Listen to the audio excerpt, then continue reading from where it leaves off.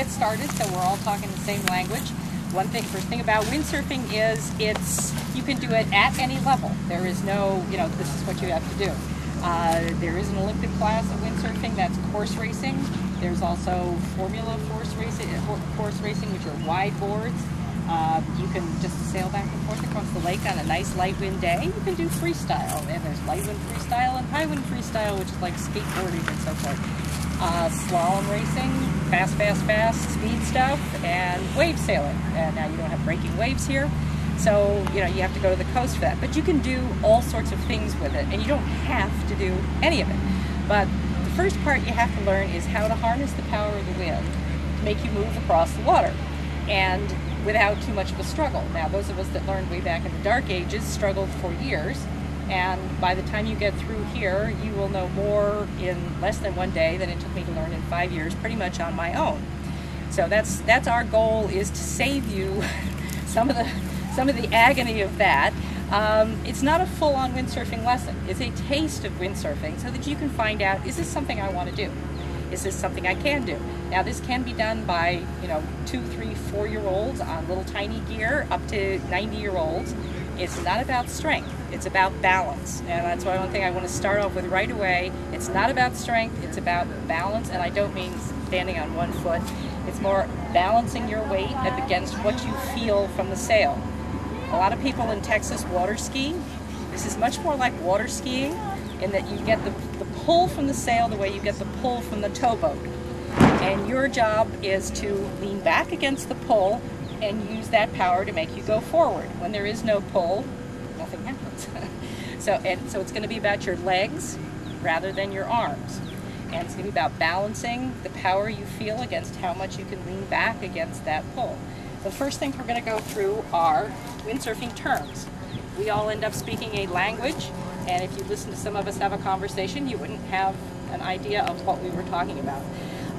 But just so that today, when you're on the gear, we say something, hopefully you'll know what it is. If you don't understand something, please ask. Most of us have been doing it a long time. We know what we're talking about. You don't. Introduce you to the language. First thing you're going to be is on a board in the water. There are going to be a couple of fins underneath. You always need a rear fin for directional stability. For learning, it's nice to have a center fin to keep you going upwind when needed. We're going to talk about the front and the back of the board. Now, when you're on the board, if you imagine yourself with these feet, you're going to be sailing this direction if that's the front. So you're going to have a front hand and a front foot. We aren't going to have left and right. We're going to have front and back. And it's not your front, it's the front of the board. So you have a front hand and a front foot and a back hand and a back foot. Because if you were standing here and I said step back, I mean towards the back of the board. If you step back, that's going to be wet. So when you get on the board, you become part of the gear. Right and left, beach, ocean, sky, land, none of that makes any difference. It's all relative to the board because you're part of the gear. So there's this imaginary line that runs down the center of the board called the center line, and that's all about balance too. That is more of the esoteric balance. If you're on a board in the water and you step heavily on the edge, the other side is going to go up, which means you're going to want to step quickly over here, and the equal and opposite reaction is going to take place. So you want to stay nicely close to the center, evenly balanced. So when you're on the board in the water, you're not doing some sort of a huge dancing act. Dancing is for later. So, and when you're on the simulator, which is here on land, you're not going to get that effect because we're all land-based creatures. When I do this, nothing happens. My leg hurts. If you do that on the board's going to tip. Something different is going to happen than your experience. People, when they get the mast up, they see a pole in front of them. They think, I'm safe. No, if you can look at it right now, you can see that the mast is lying down. That's this joint here called the universal joint. That allows the sail to fall in all directions. So the more you pull on it, the more it's going to come. So you have to get used to balancing. And that's why you also want to stay on the center line. People will move a foot back, feet stay put. You have to learn to balance your weight. So these are all things we're going to touch on. You'll get a chance to feel that on the board. So, okay, front, back, center line. There's also center, front, and back, so you don't want to run off the ends of the board because it will tip. Okay, starting from here up, we've done the universal joint. The vertical component here is the mast. The up and down spar is the mast. The boom is the handle you're going to be holding on to. If you forget, don't worry about it. It's just, this is the mast, this is the boom. Sail is what feels the wind and it moves you forward. That creates the power to move you over the water. We may have a challenge there today because there isn't a whole lot of wind. And it's called windsurfing for a reason, because you need a little something to make it go. Then you have this rope, which is called the uphaul, which implies pulling, but no, it's just something that's going to help you lift the sail. It's going to be your legs doing the work, not your arms. Okay, the back end of the boom, out here, the end of the sail, end of the boom is the clew, C-L-E-W. And our windsurfing instruction joke is right now you're clueless, okay, when it comes to the wind. But this clue will give you the other kind of a clue. Because when we talk about the wind, think of it as a clock. This is something you can take in your mind conceptually. The wind always blows from 12 o'clock towards 6 o'clock. Not from the east, west, north, south, beach, middle of the lake. It always blows from 12 towards 6. So if it changes direction slightly, 12 moves too.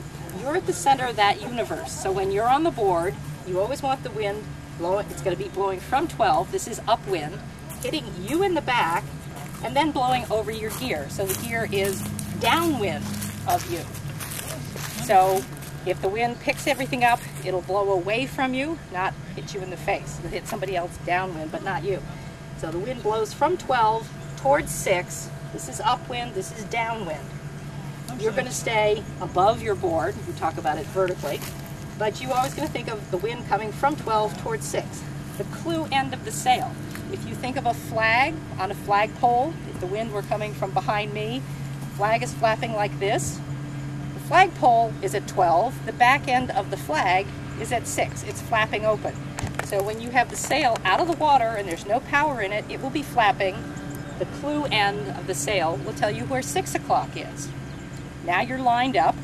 You want to have the board across the wind. The front should be pointing at 9 or 3. That's your goal, is to sail to 9, turn around, sail back to 3, turn around, sail to 9. You cannot sail between 10 o'clock and 2 o'clock because that's where the wind is coming from.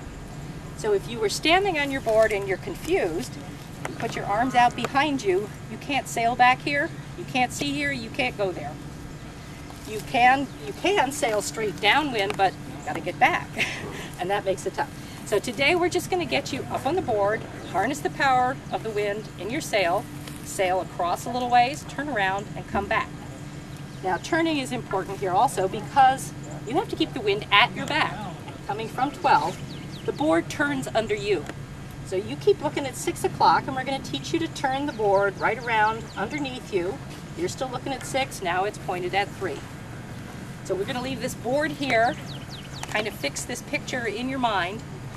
Again, wind clock is very important. People that are coaching you on the water will maybe remind you to get the sail so that it's lined up. You're lined up 3 o'clock, 9 o'clock, clew is pointing at 6 so that you can go that way. If your board is pointing this way, you're not going to go anywhere. You're going to blow sideways. So, now, anytime you have a question now, ask away. If I've said a term that you don't understand, or you're out on the water and somebody's saying something, I've had like German students that didn't understand when I said "let go." That was just not a phrase. It was like, why are they holding on? Letting go is also something else that's different on land. When you're feeling like you're being pulled around, people want to hold on tighter for safety, but often letting go is the best solution. So. Yeah, again, windsurfing is a challenge personally for everyone because it's different than just about anything you've done before, and everything that you're going to want to do is probably the opposite of what you should be doing. So that said, we'll go down to the simulator. I'll go through and show you step by step the things that you're going to be doing, and then one by one, each one of you will get to go on and do all those things. And I want to be sure before you get off the simulator that there's a little bit, that you have that you kind of have an understanding of what's going on there. If we don't have a whole lot of wind, I will be wind for you. So, okay, let's step over here to the simulator.